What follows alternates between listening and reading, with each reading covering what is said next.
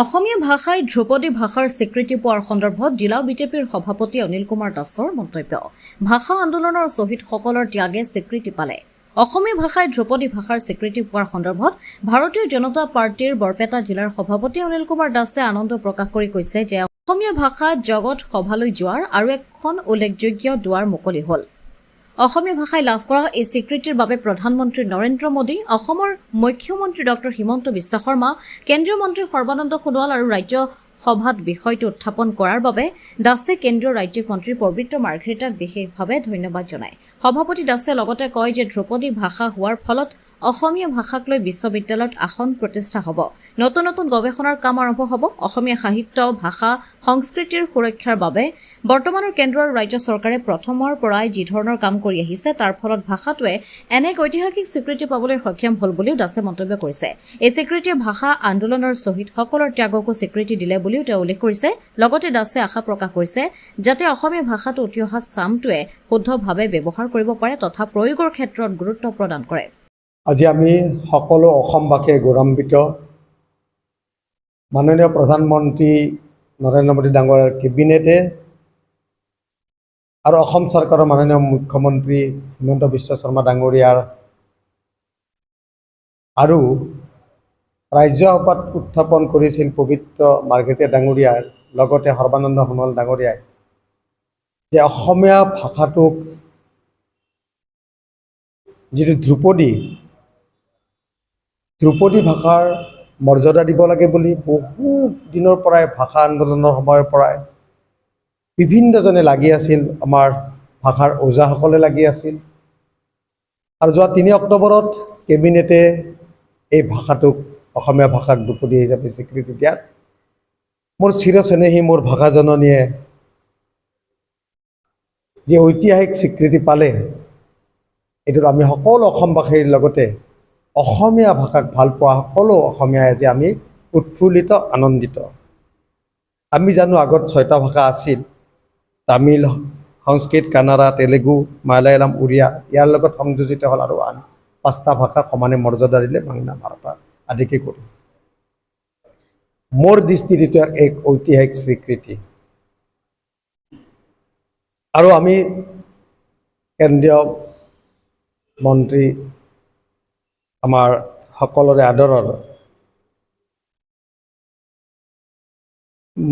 নৰেন্দ্ৰ মোদী ডাঙৰীয়াৰ লগতে প্ৰধানমন্ত্ৰী নৰেন্দ্ৰ মোদী ডাঙৰীয়াৰ লগতে অমিত শ্বাহ, সাংস্কৃতিক মন্ত্ৰী গৰ্জেন শেখাৱত, শিক্ষামন্ত্ৰী ধৰ্মেন্দ্ৰ প্ৰধান ডাঙৰীয়াক আমি ধন্যবাদ জ্ঞাপন কৰিলোঁ। এটা স্বতন্ত্ৰ ভাষা হ'ল।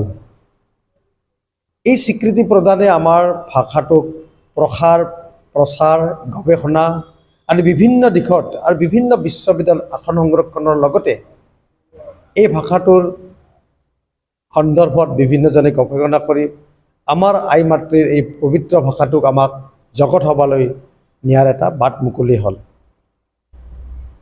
এই ভাষাটোৰ কাৰণে ভাষা আন্দোলনত শ্বহীদৰ সৰ্বোচ্চ ত্যাগৰ আজি আমি অযুত স্বীকৃতি পালোঁ। আমি জানো যে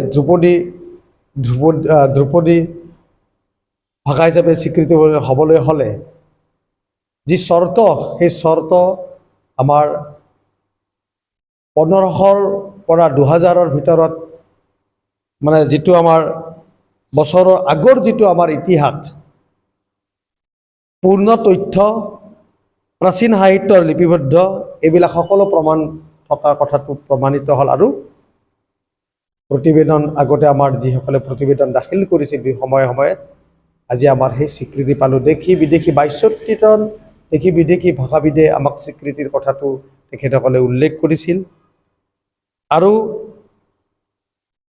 আমি জনাত এইটো শিৱৰ লগত কামদেৱৰ সময়ৰ পৰাই এনেকুৱা মানে যেতিয়া কামদেৱে পুনৰ মানে প্ৰতিষ্ঠিত হ'ল মদন, তাতেও উল্লেখ আছে সেই ভাষা। তাৰমানে কিমান পুৰণা ভাষা আমাৰ অসমীয়া ভাষাটো, ঐতিহ্যময় ভাষাটো। আজি নৰেন্দ্ৰ মোদী ডাঙৰীয়াক আৰু হিমন্ত বিশ্ব শৰ্মাক ধন্যবাদ এই কাৰণে দিব লাগিব, প্ৰকৃততে অসম আন্দোলনৰ শ্বহীদক মৰ্যাদা, ভাষা আন্দোলনৰ শ্বহীদক মৰ্যাদা জাতি মাটি সুৰক্ষাৰ দিশত অসমক সুৰক্ষিত কৰা, এই গোটেই সমস্ত কামখিনি যিখিনি ভাষা আন্দোলন হওক অসম আন্দোলনত অসমীয়া জাতিয়ে যিটো বিচাৰিছিল, যি সংৰক্ষণৰ সুৰক্ষাৰ সকলো কথা আজি আমাৰ চৰকাৰে এটা এটাকৈ পালন কৰিবলৈ গৈ আছে। গতিকে আজি আমাৰ খুবেই ভাল লাগিছে যে আমি এটা স্বতন্ত্ৰ ভাষাক আজি আমাক ধ্ৰুপদী মৰ্যাদা দিয়াৰ বাবে আমি আশা কৰোঁ আমি আমাৰ উঠি অহা চামে প্ৰকৃত শুদ্ধকৈ যাতে অসমীয়া ভাষাটো ক'ব পাৰে, লিখিব পাৰে, তাৰ যৎপৰোনাস্তি চেষ্টা কৰিব লাগিব। আমাৰ ভাষা ৰজা হেমচন্দ্ৰ বৰুৱা, গুণাৰীৰাম বৰুৱা, আনন্দৰাম ঢেকিয়াল ফুকন, লক্ষ্মীনাথ বেজবৰুৱা, বাণীকান্ত কাকতি, এই সকলোৰে সপোন আজি বাস্তৱ হ'ল। অসম প্ৰশাসন পৰিষদৰ পৰা আদি কৰি যিসকলে প্ৰতিবেদন দাখিল কৰিছিল আৰু এই ধ্ৰুপদী ব্ৰাহ্মী লিপিৰ যিবিলাক আমাৰ তথ্য সহকাৰে আমাৰ প্ৰতিবেদন কৰিছিল 392 পৃষ্ঠা, এই প্ৰতিবেদনৰ পুংখানুপুংখভাৱে চোৱা চিতাৰ কৰাৰ পাছত কেন্দ্ৰই যি অনুমোদন জনালে আমি সকলো আনন্দিত হৈছোঁ। অসমীয়া চিৰচেনেই ভাষাটো উজ্বলাই উঠক ভৱিষ্যতেও, আৰু আমাৰ উঠি অহা চামে গৱেষণাৰ সকলো যি দিশ যাতে আমাৰ সুবিধা হয়।